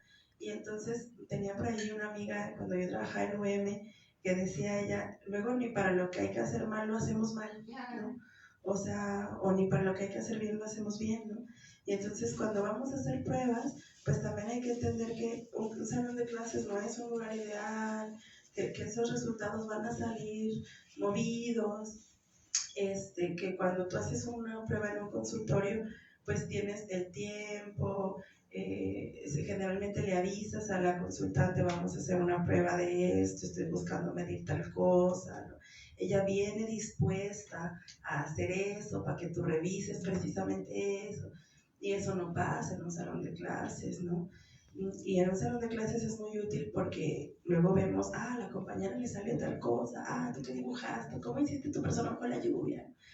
Y sí vamos aprendiendo a leer, pero no son instrumentos, o sea, por muy fiable que sea el instrumento, esta es epistemología de las virtudes, por muy fiable que sea el instrumento, si el sujeto que lo aplica no lo aplica bien, no va a salir bien la cosa. O sea, de nada te sirve que apliques el mejor instrumento del mundo si no se está aplicando en un contexto adecuado, de una manera, incluso con el lápiz del número 2 y con 4 hojas debajo de la hoja en la que estás rayando, ¿sabes? Porque todo eso va a ir falseando el resultado. Entonces, pues sí, luego cientificamos y banalizamos hasta la cientificación. Pues muchas gracias por todas sus participaciones, muy interesantes todos los temas. Gracias por sus intervenciones. Y pues vamos a hacerles llegar de manera digital su constancia. Muchas gracias Nancy, Sujei, Vanessa, Gaby y Yareni, lo dije al revés. Y bueno, para recordar, ahorita vamos a tener un receso para aprovechar para comer. Nos veríamos 5:30 de la tarde en el Café Taller La Revuelta, que para quienes no son de aquí es recordarles la calle Héroes de Chapultepec 204 en el barrio del Encino. Y bueno, para quien no tenga el programa, les platico rápido, va a haber una proyección de cortometrajes 5:30 y 6:30 presentación editorial de 3 libros, Filosofía Feminista, Intervenciones contra Pedagogías de la Crueldad, una guía sobre los cuidados en la vida cotidiana y la producción e investigación en arte, y Palabras de la Niña Maíz. Entonces, pues bueno, nos vemos en la tardecita ya en el Café Taller, y mañana a las 9 de la mañana en el 5B, ¿sí? Que es acá a 2 edificios para allá. Bueno, pues muchas gracias a todas.